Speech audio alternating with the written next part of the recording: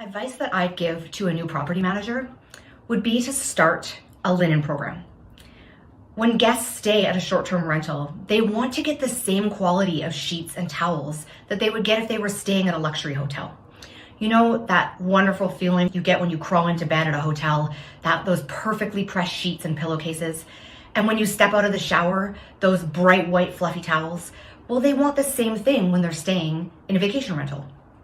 So in order to do this, I would suggest, 1, buying commercial grade linens and use the same ones in all of your properties.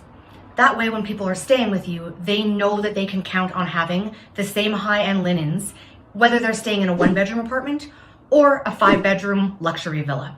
So invest in commercial quality and white. Keep it white.